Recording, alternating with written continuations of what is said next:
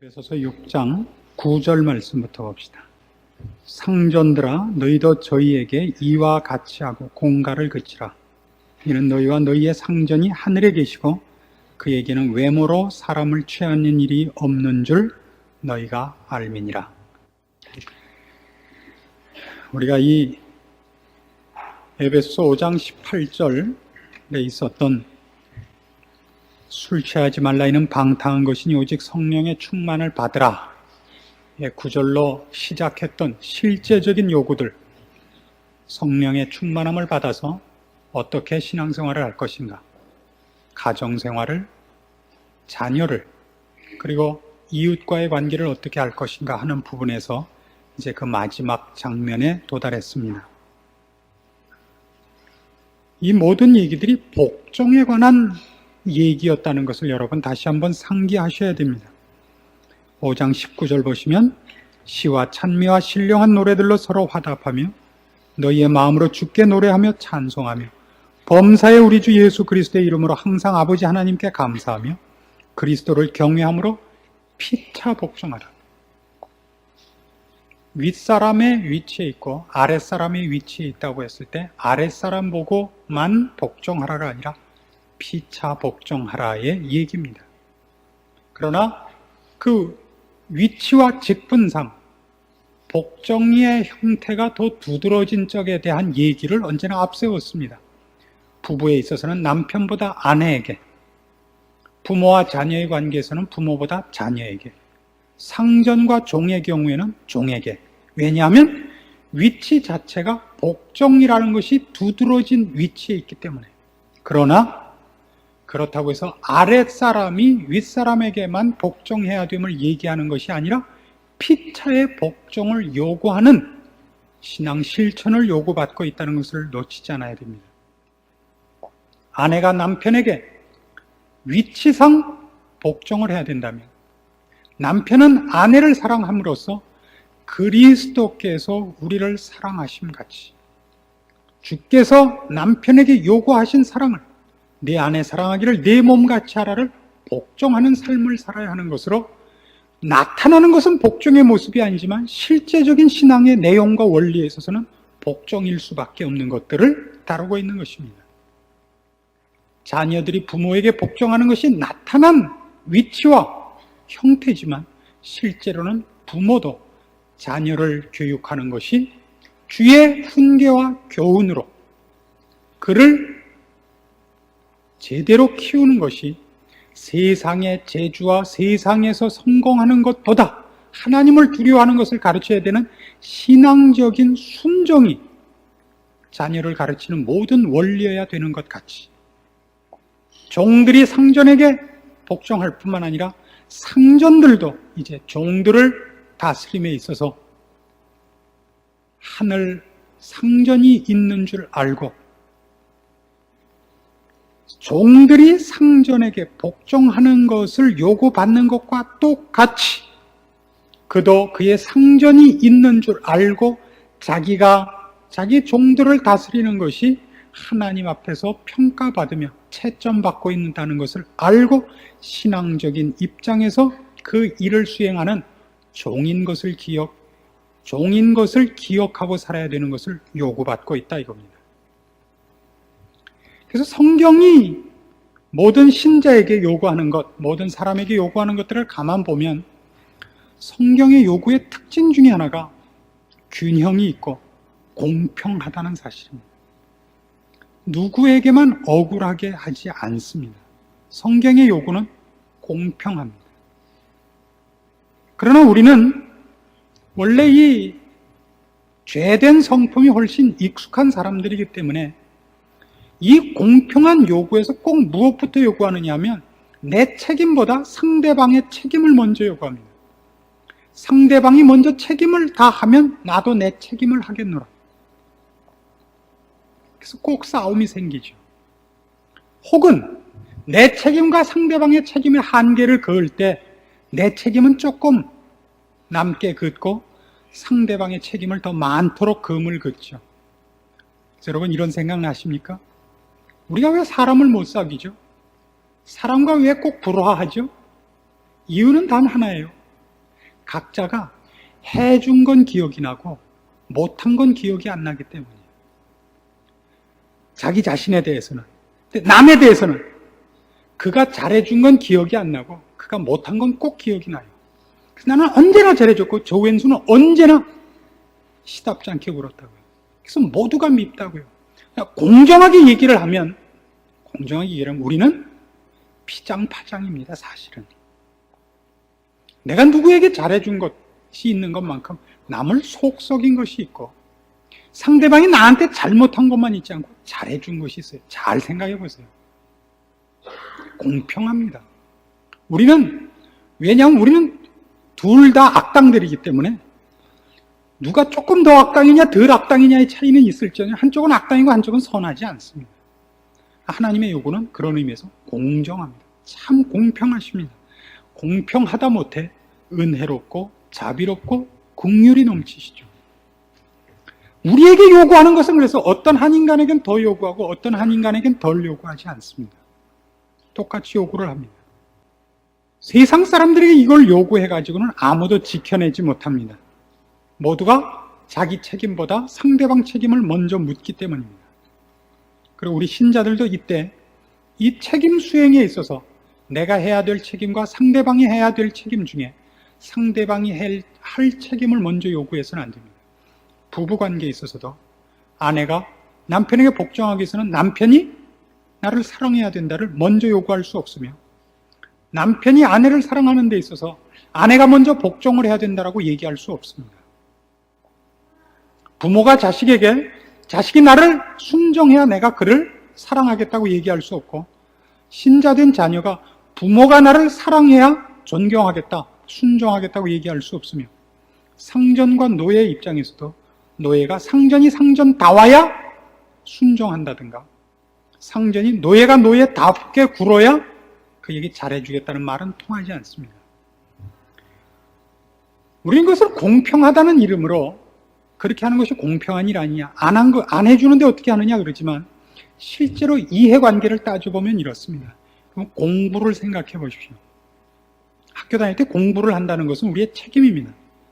선생님이 잘 가르치느냐 못 가르치느냐는 건 선생님 책임이고 가르쳐주는 걸 열심히 하느냐 못하느냐는 내 책임입니다. 선생님이 실력이 없고 잘 못 가르치기 때문에 난 공부 안 한다 그러는 것은 말은 맞지만 누가 손해를 봅니까? 손해를 학생이 봅니다. 우리 이렇게 따져보면 더 확실하죠. 제가 중고등학교 다닐 때는 문교부 장관이 바뀔 때마다 한문을 배워라. 한문 필요 없다 그랬습니다. 배워라 그럴 때 몇 개 배우다가 필요 없다 그러면 또 그만두고 그래서 지금도 한문을 보면 좀 아리까리합니다. 쓰라 그러면 쓰는 게 몇 개 없고 읽으라 그러면 앞뒷 문장을 봐서 대강 읽죠. 그죠? 그래서 얼마 전에 작년이었나요? 재작년이었나요? 언젠가 올스타 뽑을 때 작년이었던 것 같습니다. 올스타 뽑을 때 어떤 TV 탤런트가 김재박을 김재전이라고 읽어서 한번 무리를 빚었던 거 기억나십니까? 그래서 저는 김재박을 알고 있으니까 보면 이게 김재박이구나. 재자는 쉬우니까. 그렇죠? 있을 재자는 쉬우니까 김재박 그러는 것이지 아니고 읽으라 그러면 김재전이라 그럴지 몰라요. 그렇지 않겠어요? 그래서 우리가 핑계를 댈 수 있어요. 근데 문교 정책이 일관성이 없었다. 문교부 장관이 배우라 그랬다. 또 배우지 말라 그랬다. 책임은 나한테 없지만 지금 신문을 못 읽는 건 누구예요? 그건 나라고요. 지금 신문을 못 읽는 건 손해를 내가 본다고요. 그러니까 신앙상의 요구들을 여러분이 내가 할 필요가 있느냐 없느냐, 할 책임이 있느냐 없느냐를 억울하다는 차원에서 상대방이 해야 나도 반응을 하겠다로 따져갖고 상대방이 안 해서 나도 안 했다. 그건 핑계는 되지만 결국 그래서 신앙적으로 크지 못하고 하나님께 칭찬받는 자리에 못 가는 건 나라고요. 그때 우리 교회는 목사가 이상하게 굴고 분위기가 이상하게 굴어서 저 밤낮 데모만 하다가 그냥 와서 이렇게 됐습니다. 핑계는 되는데 그런다고 해서 그러냐? 착하고 충성된 종아 너 좋은 데 살아라. 절대 그러진 않는다고요. 그래 참그가 안 됐지만 할 수 없다. 너 그냥 타잔 노릇해라. 그럴 수밖에 방법이 없는 거예요. 기억하셔야 되는 대목인 겁니다. 그래서 지금 이 부분에 와서도 우리가 기억을 할 건 이겁니다. 우리는 그동안 종에 관한 얘기를 하면서 세상이라는 것이 지상 낙원을 만들 곳도 아니고 세상적인 체제나 어떤 기구가 악을 몰아내고 죄를 없이 하는 방법이 있는 것도 아니다 그랬습니다.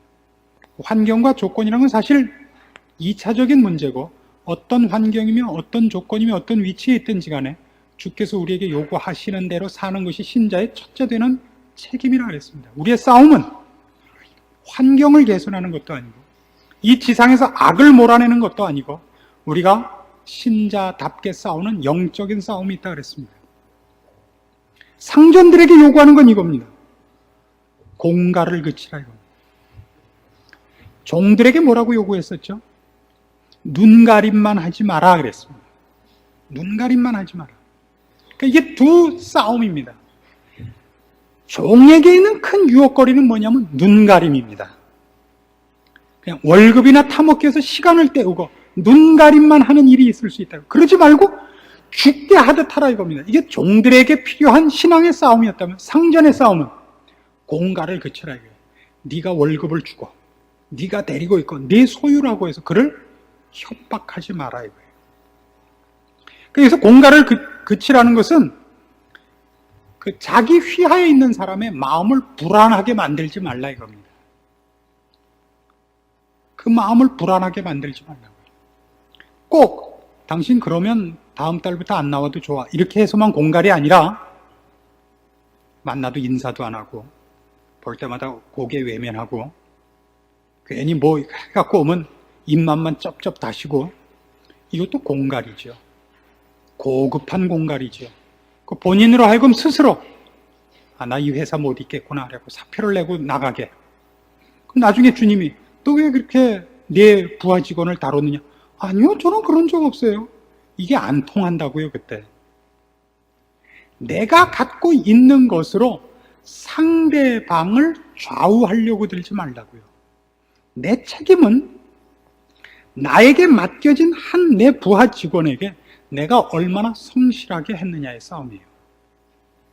그가 나한테 잘하면 잘해주고 못하면 못해주고의 싸움이 아니라 그를 얼마나 성실하게 대했느냐입니다.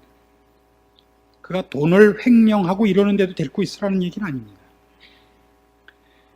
기업 경영을 한다는 것은 서로 그만한 실력이 있어야 되고 그만한 재능이 있어야 서로 만나서 일을 하는 겁니다. 그러니까 일을 못했는데도 뭐 승진을 시키라는 얘기는 아닙니다. 그러나 내가 주인이고 내가 그의 경제력을 붙잡고 있는 사람이라는 것 때문에 상대방을 내 기분에 맞춰서 협박 공갈을 하고 그의 마음을 불안케 하는 것까지로 그를 좌우하려고 그러지 말라고요.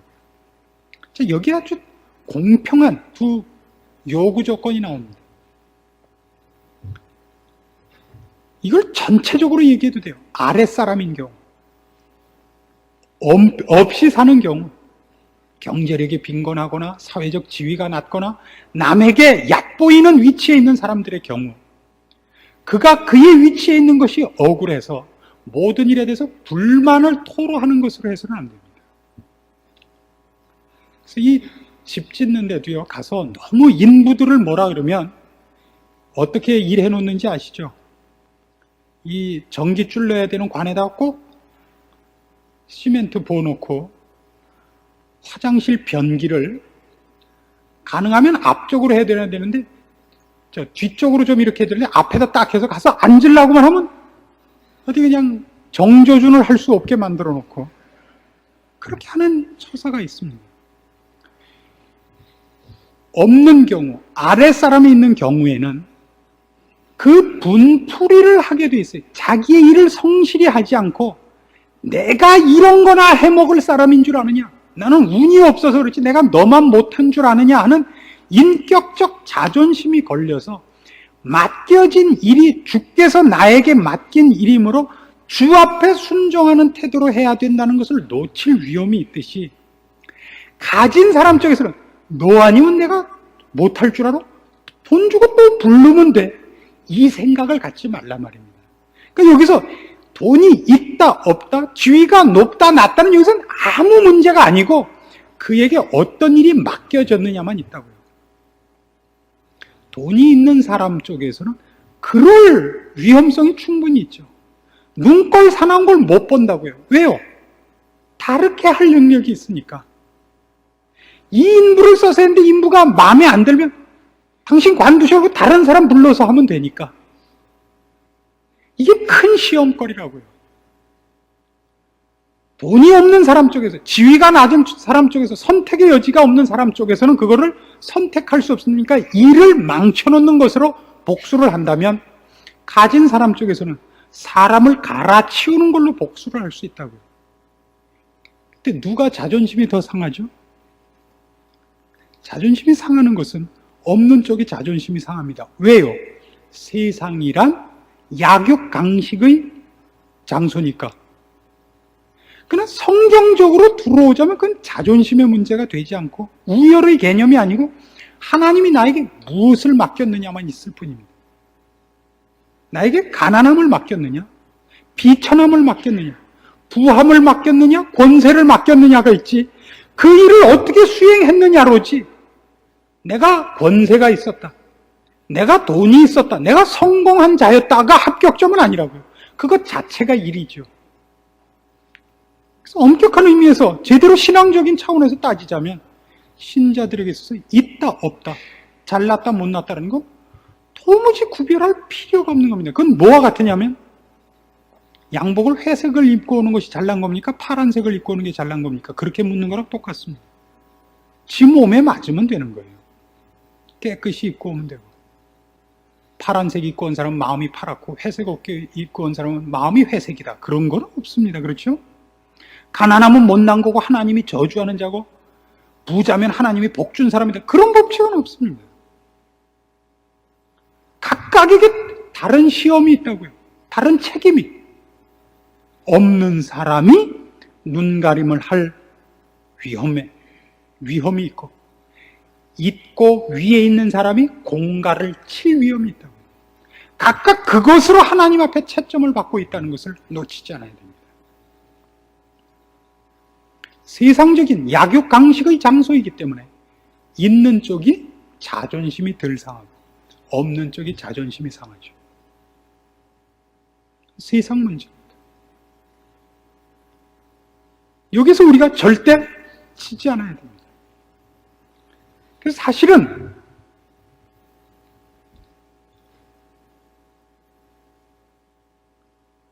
아주 좀 미묘한 문제이긴 합니다만은, 노조를 결성한다, 파업을 한다 하는 것은 상당히 필요한 일이면서도 상당히 어려운 문제입니다. 어떤 의미에서 필요하냐 그러면 이 공갈을 막는 제도적 장치로서 필요하고, 또 하나는 그래서 일종의 복수를 할 수 있다는 차원에서는 어렵습니다. 그래서 우리가 기대를 해야 되는 것은 노조가 있고 노조 파업이 있고 하는 방법으로는 이 문제가 풀리지 않는다는 사실입니다.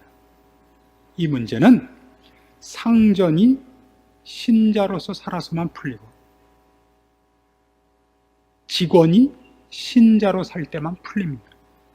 왜 풀리냐면 그가 한 것에 대한 보답을 상대방에게 요구하지 않기 때문에 풀립니다. 세상에서 있는 파업과 노동쟁의가 답을 얻어내지 못하는 이유는 그가 한 일을 상대방에게 답을 달라 그러니까 해답이 안 나오는 겁니다. 임금을 인상해달라. 기업주가 그러죠. 그렇게 해갖고는 나는 남는 게 없다. 무슨 소리냐? 당신은 한 달에 1,000만 원 가져가고 나는 한 달에 50만 원밖에 못 갖고 가는데 당신이 더 많이 남기는데 무슨 소리냐? 그럼 업주는 이렇게 얘기합니다. 너는 한 푼도 안 내고 여기 들어왔고 나는 100억 내고 들어왔는데 100억 낸 사람도 50만 원 갖고 가고 하나도 안 내고 온 사람도 50만 원 갖고 가자면 누가 뭐 때문에 미쳤다고 100억씩 내냐? 학교 다닐 때 연애 안 걸고 영화 구경 안 하고 공부해갖고 나온 사람은 한 달에 100만 원 받고 실컷 놀고 흥청망청 하다가 와서 한 사람은 30만 원 받는다. 이러면 공평한 거죠. 뭘 그래요? 공부 안 하고 순 땡땡이 치다가 나중에 할 수 없이 직급이 낮은 걸 얻어서 30만 원 받은 주제에 나도 똑같이 달라 그러면 사실은 공평하지 않은 겁니다. 그렇죠? 그러나 그러나 세상에는 그것뿐만 아니라 기업주들끼리 짜고 돈 있고 권세 있는 사람들이 그렇지 않은 사람들을 누르는 것이 있는 것도 사실입니다. 그래서 우리는 이렇게 요구하는 겁니다. 정당한 보상을 네가 해라죠. 고용된 사람도 고용주 보고 고용주도 고용인 보고 서로 자신의 이익을 위하여 양보하지 않으며 싸움을 내가 요구하는 것을 상대방이 만들어내기까지 철회하지 않기 때문에 싸움이 끝이 안 납니다.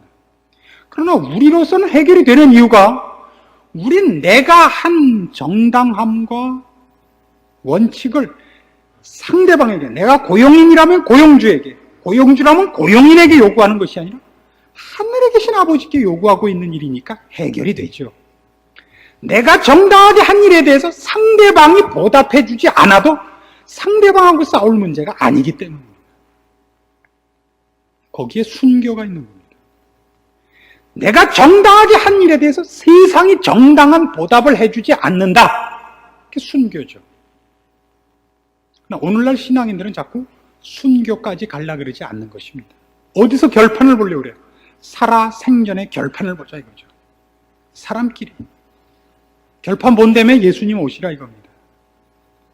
지금 우리가 가장 못하고 있는 일 중에 하나입니다. 신자들마저도 이 일을 못합니다. 교회 안에는 시끄러운 일이 늘 있습니다. 그 시끄러운 일 중에는 나만 못해 보이는 사람이 윗자리에 앉아 있을 수 있습니다. 교회에 무슨 윗자리가 있겠습니까마는 시키는 일을 맡는 사람이 있습니다. 나만 못한 사람이 구역장 할 수 있고 나만 못한 사람이 성가대 대장을 할 수도 있습니다. 이거 성가대 대장님을 일부러 그렇게 얘기하는 건 아닙니다. 다 알고 있겠지만 이렇게 얘기를 하니까 또 진짜인 것 같기도 하고 괜히 변명을 해드려서 그래서 이 사람이 있는 한 안 된다. 성가대 대장을 갈자. 담임 목사를 갈자. 이건 분명히 필요한 일입니다. 교회 전체적으로 볼 때 우리 목사님이 아무래도 좀 신령한 면이 부족하니까 좀 더 신령한 사람이 있어야겠다. 이건 분명히 해야 될 일이지만 그것이 내가 하는 일을 그 사람을 바꾸지 않는 한 내가 할 일도 안 하겠다로 간다면 우린 시험에 빠지는 겁니다. 내가 할 일은 계속하고 있어야 됩니다. 왜요? 내가 한 일을 상대방한테 보답을 요구하는 것이 아니니까. 목사가 신령해야 나도 신령한 일을 하겠다. 이건 손해보는 겁니다. 목사를 갈아치우는 그날까지도 계속 신령한 일을 하고 있어야 됩니다. 상전들에게 공가를 그치라고 얘기하면서 누구와 똑같이 일을 하라 그러냐면 9절 다시 보세요. 상전들아 너희도 저희에게 이와 같이 하고 공가를 그치라. 저희들이 한 것과 똑같이 하라고요.